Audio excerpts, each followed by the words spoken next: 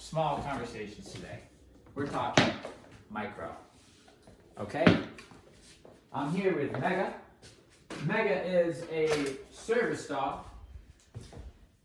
and he's here not because of his lack of knowing his obedience, it's because his mind was crazy. When he first came in, this dog, you can tell he's a working line. Let's say that. He's got that energy ready to go. Ready to go, ready to get off this bed, ready to go hike, do some bite work, whatever.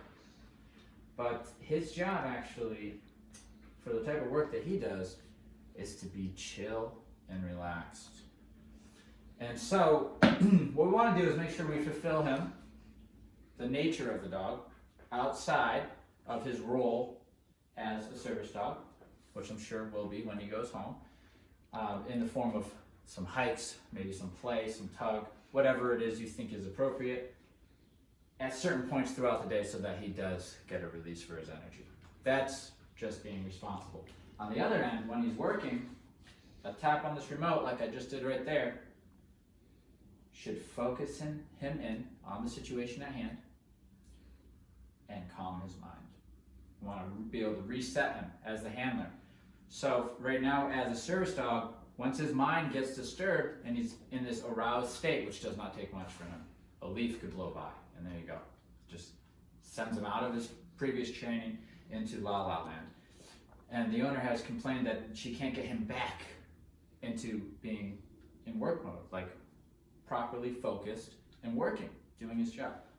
So what we want to offer is the ability to say, as soon as his mind starts to escalate and get distracted, you can tap on the e-collar and it brings him right back in to work mode and relaxed, okay? So at the end of this training, whatever command he's given, if he starts to slip out of work mode and slip out of that command, like say if he's in the walk and he's on heel, if he starts to make an error with where his body is, a tap on the e-collar will correct that. If his mind starts to make an error and starts to get excited, a tap on the e-collar will correct that. Same goes for any of these commands. Right now, his head's supposed to be down. I can tap on the e-collar at a low number. It's very, very in tune with it, and it resets him. Okay? Anytime he lifts his head up, I can tap on the e-collar and bring him back if he's in this particular stay command, which is used for when you need your dog to be absolutely calm and quiet during maybe dinner or guests coming in, watching a movie. There's a lot of practical uses, okay? Out, maybe using a downstay, out at a patio at a restaurant. You're gonna want this type of behavior, because what this produces is a dog who ignores everything else that's going on. You don't want your dog paying attention to everything, not if they can't do it in a calm way. So this teaches him, when he's on place here, to don't worry about the open door. Don't worry about the guests that come through. Don't worry about the other dogs. Don't worry about anything. Just lay here. Okay? So we use place and down for that. If he makes an error, gets off the bed, we can correct on the e-collar and he gets back on the bed. If he makes an error in his mind, again, because we're always correcting not only the physical command, but the mental state. That's part of his job, which is calm and connected to his handler. Make sure he's always aware of the situation and making his best judgment. Okay? He needs to have good judgment. When he starts to make a bad judgment, we can correct, recenter him, bring him back to work. And this is how we reprogram his mind from crazy, mega crazy, I guess you can call him mega crazy, to mega calm. Okay? So, that's what we're going for. I know that was cheesy. So, well, how do we do that? Well, I'm not going to start with bringing dogs in for a distraction. We're going to start small, like I said. So, this is what we're called like micromanaging. And it's not something you're going to have to do forever, but this is how we start to repattern the brain. Paying attention? Okay. This dog knows what a double down is. He's actually told to be in a double down. He broke right now, so I'm going to correct. I got a 3 on the e-collar here. Because my 7 that I gave him on the last time I gave it to him, I felt like it was a little too heavy. Because he kind of did one of those. I could. If you can get away with a 1, use a 1 as low as you can go to get the message across. Okay. So he knows a double down. What your dog's gonna need to be able to start doing this is a double down and then a distraction, okay? He's in his double down. I take a ball or some type of toy or a piece of food, some minor distraction, and I present it. Boom. Now he didn't make the mistake because he's been through this. Whoop, there it is. And I can tap on the e-collar and reprogram him, right? Now what happens is you keep repeating this. This is why it's worked. Okay, you don't just do it once, you do it like a lot until his response is to just ignore it. Okay? Tap on the 3 there. For the jumpy response, for the initial, we want him to start thinking about that as well. Right? Obviously, this is much better than the first time I did this, which was a lot more. It was like correcting every time, right? Now I'm on a 3 here, so this is just information to him. This isn't going to be punishing, right? But this is going to be what I would call a reminder. Okay? When we would use punishment is if he completely starts blowing off the reminders and says, I'm done with your game, I'm not working anymore, and kind of like walks away or something. Mentally or physically, just says, I'm done with playing this game. Then we correct the rebelliousness and get him back into working mode, and we continue, right? Much like a kid in class. If the kid's interrupting class, he's going to get some type of punishment, and then they're going to put him back in class usually. So, to finish it up, because acting bad doesn't get you out of class, otherwise you act bad all the time, because you prefer being in the principal's office, which I guess for him must be the kennel. And they enjoy that because they don't have to work. Okay? Reprogramming the brain to think when I'm lying down in my down command or on the place command, I'm not to be paying attention to everything. So you can see I clicked when his head was kind of up and he was catching some scent from out here.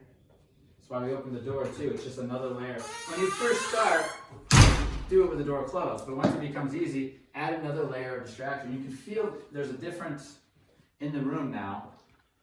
When the door was open, it felt more like stimulating, right?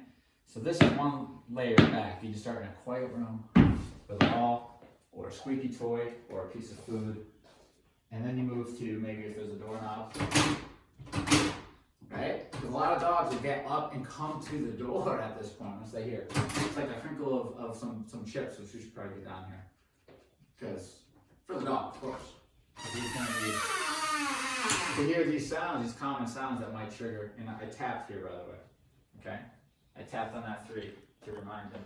And now that was the one that goofed him up, so that's the one that we repeat. You guys watch the one that we repeat until he gives us the perfect repetition, and then what we're looking for at least, and then we'll stop. So that's good. And if you notice, I'm not staring at him this whole time like this. Okay, that makes a dog feel weird. Okay, I'm watching him all the time, but I'm also walking around the room. I'm grabbing stuff, or if I'm sitting down, I'm not necessarily always just watching his every move like this when I do it. Right? Because what happens is you'll get success here because you're using your social pressure. When you're looking him in the eyes, he's like, okay, don't move. And I'm just looking at him. He says, all right, I'm not going to move. But as soon as you're kind of more casual about it, he's going to start making mistakes. Okay? So you want to be a little bit casual in your movements. All right? It'll help you the training and your timing too, because you won't be so quick to the gun. And it's just more natural. I walk around normal. I even exaggerate things, like, you know. So you're just proofing. You'd be surprised how much your dog will, if you're laughing at me right now, your dog will goof up over these small little things. You have him in a sit stay in the middle of the room, and then sit down in a chair like this, and tell me he doesn't get up and try to come over and get in between your legs. Then I'll be impressed. So we're proofing him on all these little tiny things. This is micro managing right now for a dog whose mind is really far from where it needs to be. Okay? It's what it looks like, and this is a form of rehab for us. And it takes a few sessions. You're gonna have to do this, a few dedicated sessions to this, maybe like 2 or 3 good dedicated sessions to this, and then you have to just start using it in reality. So if we're in the middle of the store, we're at Home Depot, and he's in a downstay right here, and he's doing great, and then all of a sudden a dog comes into view, and he goes, ears up, he starts to look, I can tap, bring him back in. And he understands from his training, the conversation isn't just to relax, it's no to that. We're not doing that, okay? Because here I'm saying, not only don't pay attention to this, but I'm saying you can't have it. So it changes the way they understand this. That's why they look so darn good when they're done. Relax, because they know when they see something, if they feel this, not only does it mean you're making an error in your mind, you need to calm down, it also means that's not for you. So there's no more question about it. There's no more like, well, what if I can, a lot of dogs are just being held back physically, but their mind's still over there at that dog. I'm still over there, right? And that's where the whining comes from, and all the spinning and all this stuff is from anxiety. So if we learn to talk to him properly through the e-collar, we'll achieve this, and you'll see it in his training, days to come. He'll be like this, but in public, downtown of a city or at a restaurant, because we can go tap and just relax him. We can reset him, so throughout the day as he starts to go into his old programming of, I'm excited about this, we stop it, bring him back to calm. And if you know anything about the brain, it's going to take a number of reps for this to happen. But they hit a point that I noticed is that they generalize it. They just know, just like that one day, I just corrected again. They just start doing it and they impress you, but it could take a few months, okay? So he's going home and continuing this for 3 months.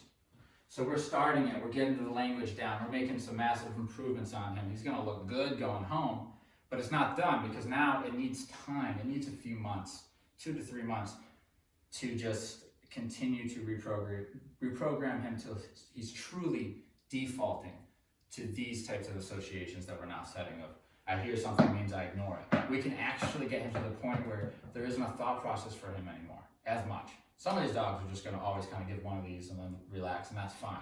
But you'd be surprised how much your dog might just like listen casually and then relax, right? And you're like, man, you're making some good choices, and guess what? Then you don't have to micromanage them anymore. Then they don't have to necessarily be in a double down all the time. If you start noticing your dog taking in information like this, really relax, and we're talking lots of noise, dogs barking, fire trucks going by, the dog's relaxed, okay? Now you don't have to micromanage him. Now he's good. Now you just start to micromanage him if he starts to slip, okay? Now you're living very casual with your dog, but you need 3 months at least after this training to make sure you develop that before you start letting go of the training. Otherwise you get a half-baked dog.